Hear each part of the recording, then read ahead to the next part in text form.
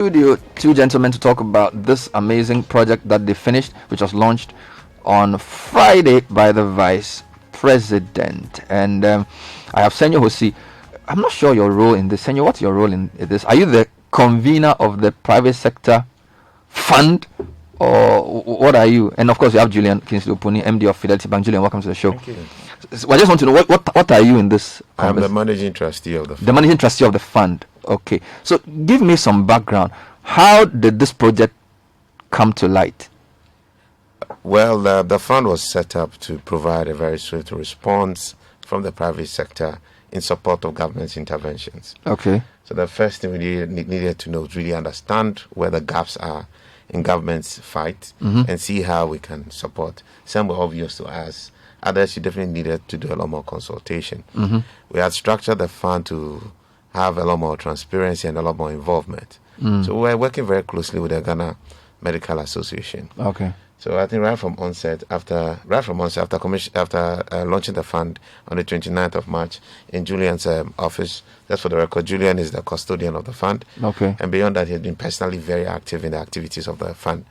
We paid a visit to the Ridge Hospital to see and understand what the situation was. We did that with Dr. Justice Youngson. There we met Dr. Insiapuku, who was his advisor at the Jubilee House on medical issues.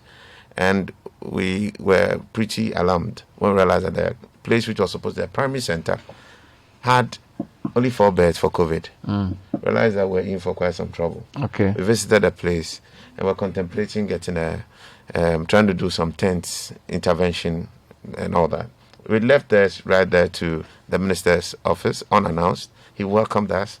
Fantastic. Health minister. Health minister. The man was very busy, but we just all appeared in his office. So when you say you this is myself, Mr. Ediefa, Kweku Bediako, Julian, and Dr. Youngson.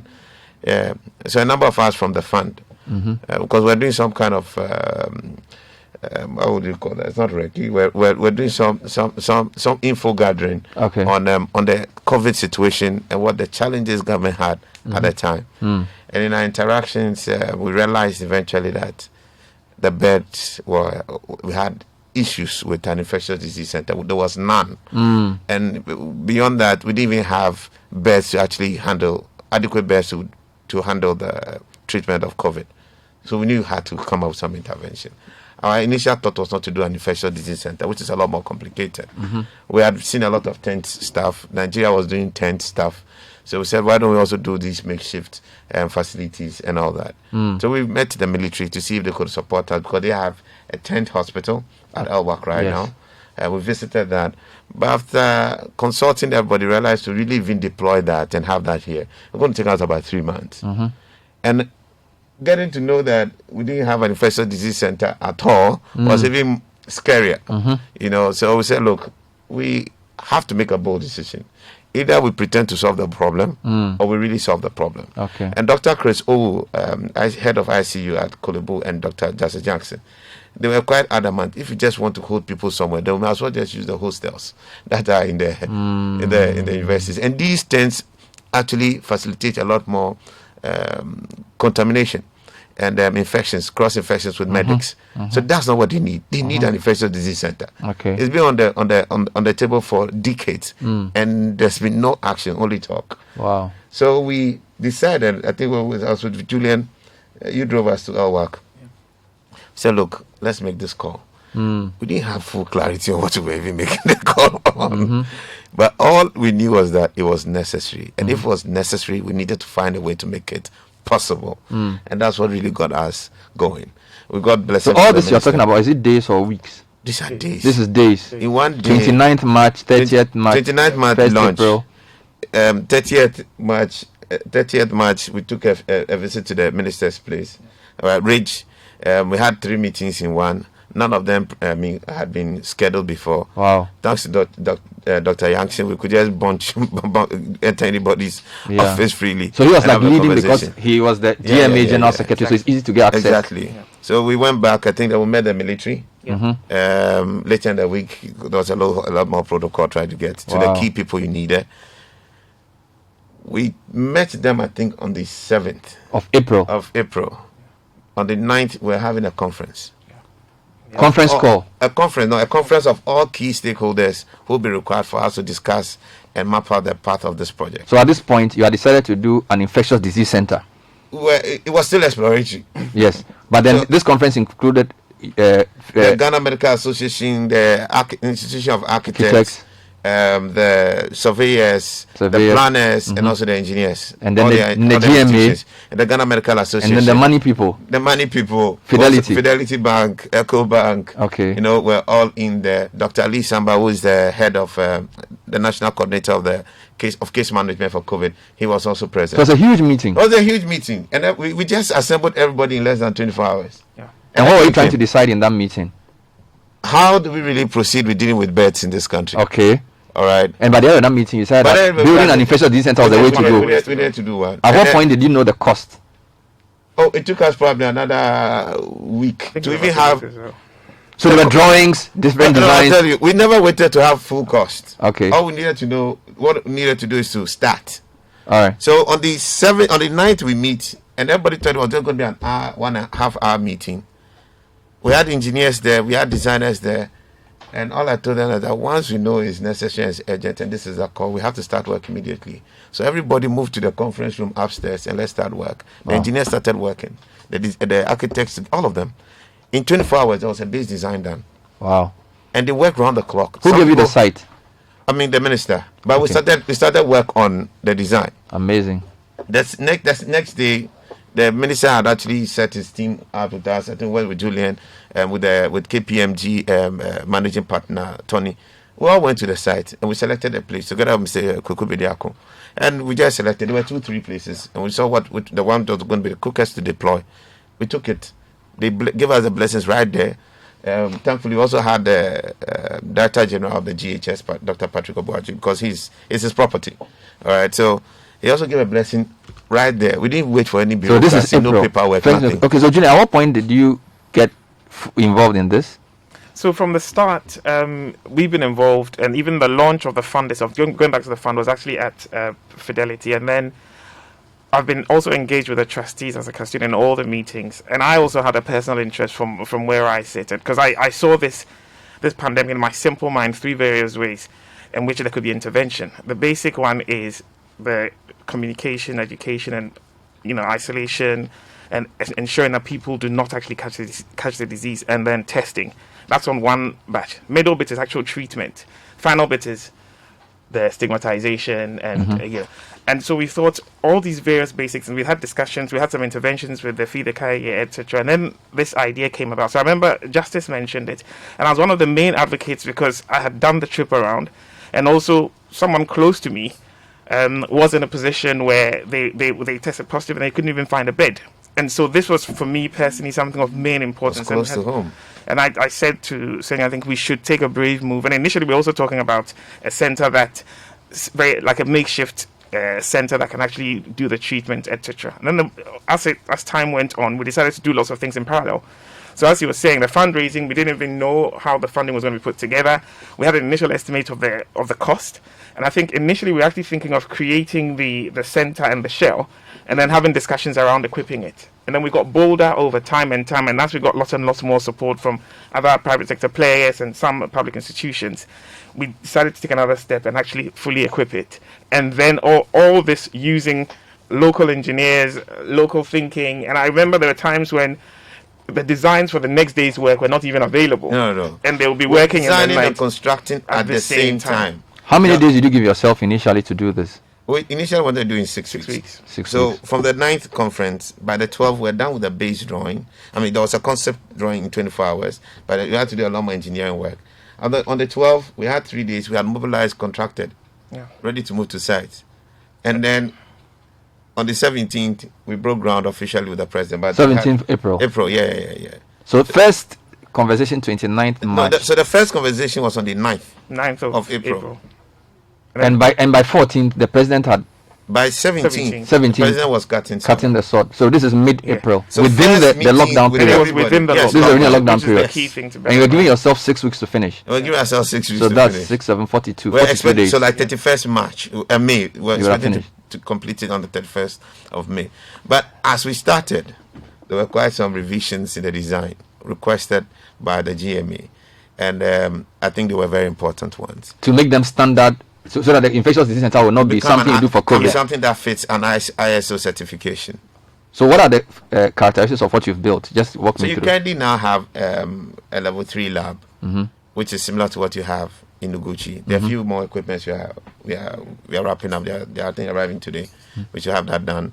Then you also have a 100-bed facility. It has a triage. It has isolation center.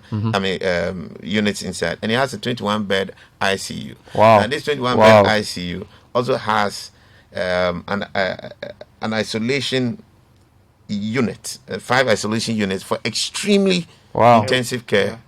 And you don't have that in the country. Yes. And you can't actually find every one of that in there. And these are not equipped. And these are all fully equipped. Fully equipped. And they are not Equipment in already. Equipment. You're talking about GE equipment, Mako equipment. These are creme de la creme of medical equipment that you'd find in there. Wow. It's been quite a journey. So when did you finish the project? We finished this. We'll call it practical completion on the 17th of July. So that's actually 3 months. Exactly Yes. 3 months. 17th April to 17th July. Yes. Talk to me about the various groups involved. So there's the private sector fund, which is the money group, headed by former Chief Justice, with Tony Otinjesi, Senyo, and Co. No. That's different. So Okay, there's the national COVID-19 Trust Fund. That's different. That's Yes. totally This is the COVID-19 private sector fund. private sector fund. Who are the trustees of this fund?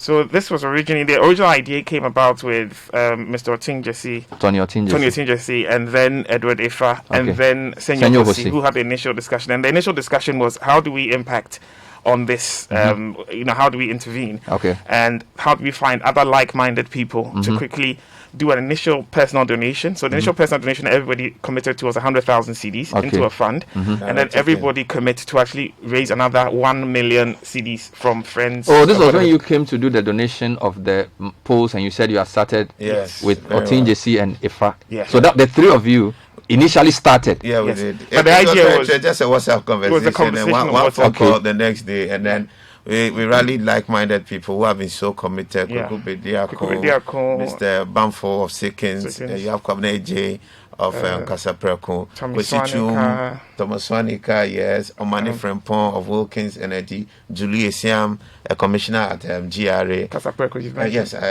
I mentioned John Taylor of Woodfields or Sefline, whichever.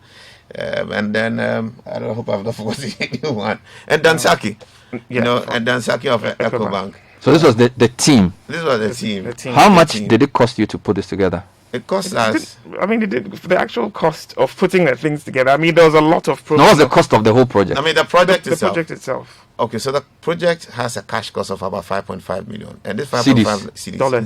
Dollars, and okay. it has a provision, a huge provision in there for recovery works that are incidental to the project, but not the project itself. Then we also had donations, material and labor. So like the services we got from the engineers for free. We value So the that. engineers worked for free. They work for free. The architects for free. Architects, they The work designers for free. Everybody for free. Project management team Project free. management team Everybody. totally And then- free. Everybody worked for free. Everybody Everybody went went for for free. Seriously? Pro Yeah, bono. but And to then- value the project, you need to also put a price to No, it. I know. Yeah. I'm trying to distinguish between. Yes, I know that, but I'm just trying to emphasize the point that these people work for free. They work for Absolutely. free. All of them for free. Through Ghana the night. institutions of engineering, architects, surveyors, and planners, They didn't charge any money. No. not a dime. It was Wow. all, these are people working in some instances, say 24 hours. I'm telling you. taking it in shifts, In working shifts, in yeah. the night. Wow. And Staying then on obviously site. staying on site through. Wow. The it- patriotism shown. So your money was spent on just physical things, So the physical things, that's where you come to the 5.5. and of course labor. and the Labor, labor. for the, yes. for the construction. Yes, So- for the construction people. Now beyond that, beyond the Wow. $5.5 million, we had to value the services of these professionals, And you add that to and that's it, about $1 million. Then we also had tax waivers. of course. Also about, I mean, that's for VAT, only VAT. Things you bring in. Yeah. Did you got import duty waivers? No, not at all. We didn't So keep you- that.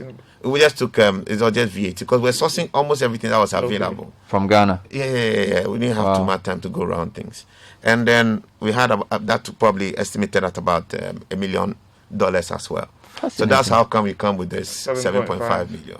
But even that's still much cheaper than most hospitals built. And I know Kojo wants to jump in there quickly. But it's a big example of two things: how Ghanaians can work together when there's good leadership, and then also how things can be cheaper, and done quicker.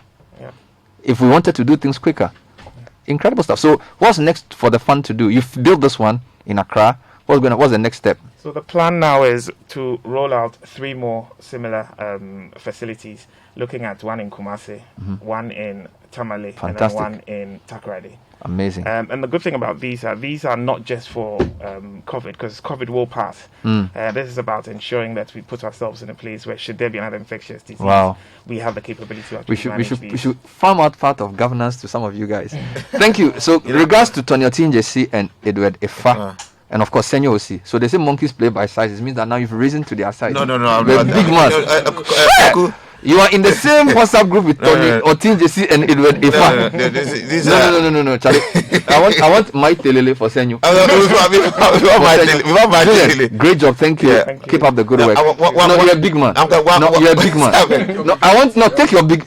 Take it. You and Edward Efa and Tony Otinjesi. Yes, this is for Senyo. This is your big man. I don't really acknowledge. No,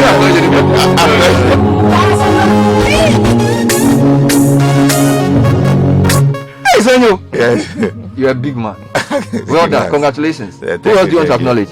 Look, the media team really brought this project to life. Fantastic. For everybody. Fantastic. And this was led by our project communications director, Kwamina Atudazi. And he worked for free. Amazing. He worked for free. Everybody worked for free. I mean, it's been amazing. That sense of patriotism, I haven't seen it before. That's why I'm playing the song. The last time I saw this was those days when we used to come together to build churches, build schools, communal labor. Yeah. It doesn't exist. It has come back.